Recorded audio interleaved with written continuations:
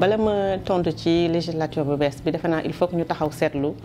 ci 13e législature bi fi jógee parce que seetlu nañ ne question yu bari yu concerné les femmes législature boobu jëlu ko en charge même loi bi ñu voté pour criminaliser le viol c'est parce que ay jigéen dañu jóg ba président dégguñu daal di kii loi boobu donc législature boobu mën nañ ne en termes de legs bàyyiwuñ fi dara loo xam ne ñii xam nañ ne xeex nañ ko pour jigéen ñi ce qui fait que législature bu bees bi 14e législature bi y a beaucoup de questions en suspens yoo xam ne ñu ngi leen ciy xaar et c'est malheureux que bu ñu xoolee les programmes des candidats des coalitions de partis amul benn coalition boo xam ne wax na ci lu leer par rapport ak lan la ñuy def pour jigéen ñi donc mais on espère que ça va être corrigé au niveau de l'Assemblée nationale parce que il semble que dinañ am législature bu gën a jeune et boo xam ne am na ay jigéen aussi yoo xam ne elles sont conscientes problèmes yi jigéen ñi am et que dinañ ko porter donc beaucoup de questions je disais en suspense. Il y a la question de l'avortement en cas de viol et d'inceste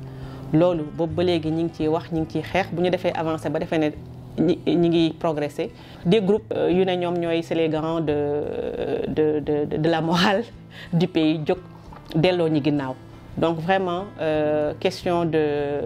d'avortement en cas de viol et d'inceste war nañ ci taxaw war nañ ko jàllale loi bu war a jàll parce que dara gënul metti sa waajur sàkku la nga jëlee ci ëmb ñu ne la ëmb bi da nga koy téye par force ak suñu société bi ni nga xam ne dafa ni muy stigmatiser non seulement jigéen boo xam ne dafa am doom te amul jëkkër astama nag bu fekkee ne sa waajur moo la ëmbal viol et du loo xam ne da nga koy choisir donc ku ñu violé waruñu la forcer pour nga téye sa doom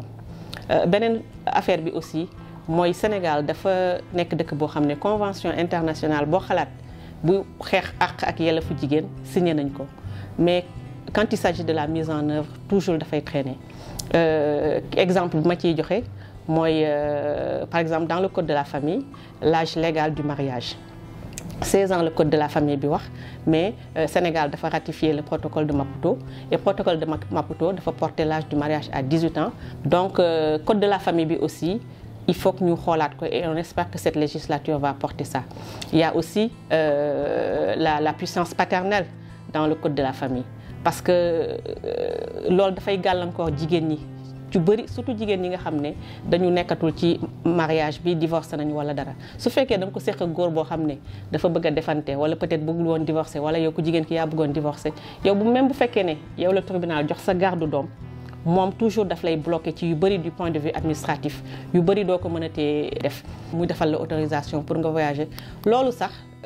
dulum loolu mooy problème bu fekkee ne dañ koy exiger pour des questions de sécurité aussi bien que góor ki ko jigéen ci amuñu ci problème parce que benn parent bi effectivement mën na daw ak xale yi mais mu nekk loo xam ne dañ koy exiger aussi bien góor yi que jigéen ñi ñu am ci parité daal am ci non vraiment équité dans la façon de mettre en œuvre la loi sur la parité également am na interprétation yu bëri yoo xam ne vraiment on l'a subi lors des dernières élections locales parce que cette loi est toujours sujette à polémique par exemple dans la constitution des bureaux certains interprètent que non le maire ne fait pas partie du décompte et que si le maire est un homme son adjoint peut être un homme et c'est à partir de l'adjoint la ñuy déjà doog a respecter parité bi donc ça veut dire que loi bi il faut que mu am ay garde-fous yoo xam ne du permettre des interprétations depuis Cour suprême jël na décision depuis 2014 on a eu une jurisprudence terewul on a eu le même problème cette année et depuis amul benn bureau de boo xam ne malgré la décision de la Cour suprême et des cours d'appel au niveau des régions amul benn bureau boo xam ne y compris le bureau de Dakar où on a un nouveau maire qui est censé porter un changement changé wuñu dara ci seen constitution bureau bi et les femmes on a l'impression que amuñu recours par rapport à cela parce que la Cour suprême c'est le dernier recours voilà quelques-unes man je crois des lois et quelques-uns des combats boo xam ne nouvelle législature bi war na ko porter te femmes yi war nañu xeex pour vraiment loolu changer le code de la famille date de 1972 Depuis lors, beaucoup d'eau a coulé sous les ponts. La dernière fois, quelqu'un me disait qu'elle était au consulat du Sénégal à New York, juste pour dire que c'est pas quelque chose qui se passe seulement au Sénégal. Même en dehors du Sénégal, les femmes subissent ces violences. qu'elle était au consulat du Sénégal à New York. Une femme était venue pour renouveler les papiers de son enfant qui est avec elle. On lui a dit non, il faut l'autorisation du père qui est au Sénégal. Et le père ne voulait pas donner l'autorisation. Et vous voyez, du coup, cet enfant, dafay affaire bi non seulement dañuy yaakaar ne ku jigéen ki la ñuy yàqal, mais même doom bi sax dañ koy yàqal. Donc c'est quelque chose qui n'est ni bon pour l'homme, ni bon pour la femme, ni bon pour l'enfant. Et les enfants n'ont pas demandé à naître. Donc il ne faudrait pas que les problèmes entre les parents soient un frein à leur épanouissement et à leur droit en tant qu'enfant d'avoir une patrie, d'avoir des papiers administratifs, de pouvoir voyager, de pouvoir bouger tout court et de pouvoir s'épanouir en tant qu'enfant.